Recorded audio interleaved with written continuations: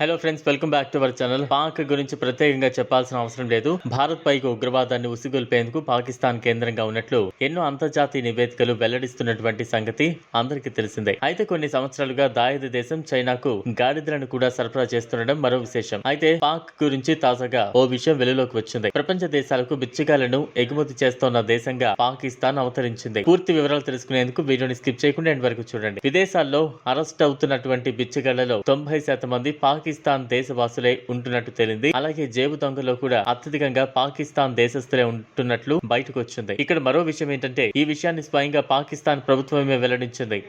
అయితే విదేశాల్లోని పాకిస్తానీలకు సంబంధించి అక్కడి సెనెట్ లో చర్యలు జరిగాయి. విదేశీ వ్యవహారాలపై ఏర్పాటు చేసిన పార్లమెంటరీ స్టాండింగ్ కమిటీ దీనిపై చర్చలు జరిపింది. అయితే పాకిస్తాన్ కు చెందినటువంటి యాచకులు భారీ సంఖ్యలో విదేశాల బాట పడుతున్నట్లు విదేశాంగ శాఖ సెక్రటరీ జుల్ఫికర్ హైదర్ కమిటీకి తెలియజేశారు. విదేశాల్లో పోలీసుల చేత అరెస్ట్ అవుతున్నటువంటి బిచ్చగాళ్లలో 90% మంది తమ దేశానికే చెందిన వారు ఉన్నారని పేర్కొన్నారు. అయితే వీళ్లలో ఎక్కువగా సౌదీ అరేబియా, ఇరాన్, ఇరాక్ దేశాలకు వెళ్లేందుకు యాత్రికులు వీసాలను వినియోగించుకుంటున్నారని వెల్లడించారు. అంతేకాదు పవిత్ర స్థలాల్లో కూడా అరెస్ట్ అవుతున్నటువంటి జేబు దొంగల్లో కూడా మెజార్టీ సంఖ్య పాకిస్తాన్ వాసులదే ఉన్నట్లు వివరించారు. అలాగే పాకిస్తాన్ జేబు దొంగలు ఇప్పటిదాకా పశ్చిమాసియా దేశాలనే గమ్యంగా ఎంచుకోగా ఇప్పుడు వారికి జపాన్ దేశం మరో కొత్త గమ్యస్థానంగా మారుతోందని తెలిపారు. పాక్ విదేశీ మార్గాన్ని పెంచుకోవాలంటే నైపుణ్యం కలిగిన కార్మికులు దేశాన్ని విడిచి విదేశాలకు వెళ్లాల్సిన అవసరం జుల్ఫికర్ హైదర్ అన్నారు. నైపుణ్యం లేని వారితో పోల్చి చూస్తే నైపుణ్యం కలిగిన కార్మికులకే సౌదీ అరేబియా ప్రాధాన్యం ఇస్తోందని చెప్పారు. ప్రస్తుతం పాకిస్తాన్ లో 50,000